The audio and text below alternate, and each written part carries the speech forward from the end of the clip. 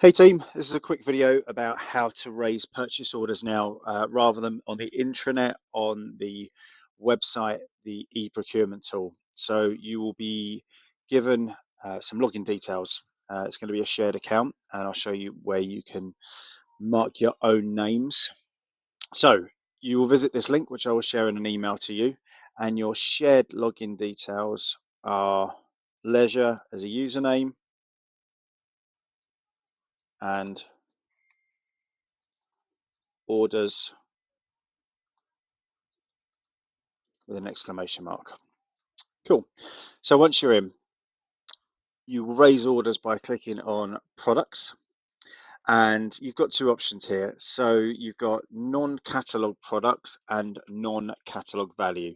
Now the difference between these two is products is where you would list several products, and I've given an example here. So types of itemized products. So if you are ordering some print material and you've got roller banners, leaflets, and a delivery charge, when you raise your order on e-procurement, you would do it as a catalog product. So you would put your item one in there, how many quantities. Now you want EA for each. So for example, if you are ordering 4 roller banners, you would put 4 roller banners at £20 each. That would work it out to be £80. And here you would choose your supplier as Solo Press and add to the basket. Now it'll ask you if you want to go to the basket or carry on adding different products using the same supplier. So in this instance, I'm going to add 5,000 leaflets.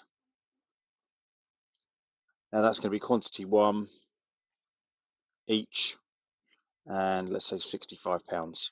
And you would do the exact same if there was a delivery charge as well. So they're your 2 items added to your basket. If you're ready to check out, go to your basket, make sure everything's in there, click on next,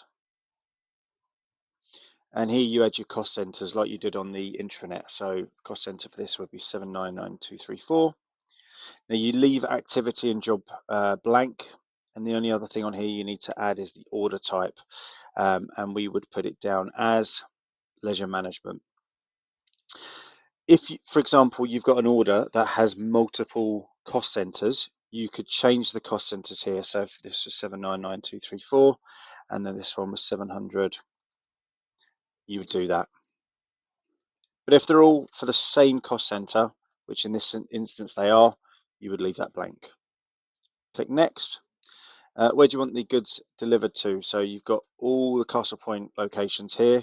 We would typically use the halls or the leisure centres. So Waterside Farm or Runnymede Pool, for example. IDA you leave blank. Required date would put today's date.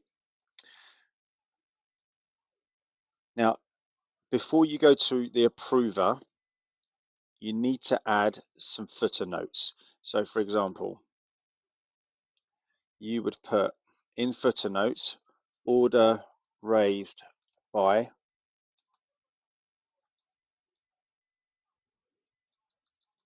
ideally put your first name or your surname rather than just the initials. This will end up on the order that the supplier gets. So whatever you put here, there will be a copy of, but we need to know who raised the order. So please put it within the footer notes.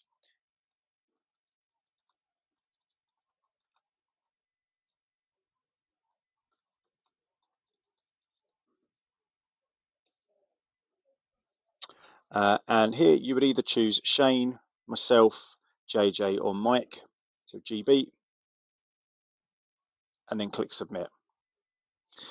Similarly, if you've got a value that is just a one-off value, the example I gave here was call out charge for public sewer services, for example. Instead of using the non-catalog product, you would do it as a non-catalog value, and you would just put your call out charge for coffee machine fix,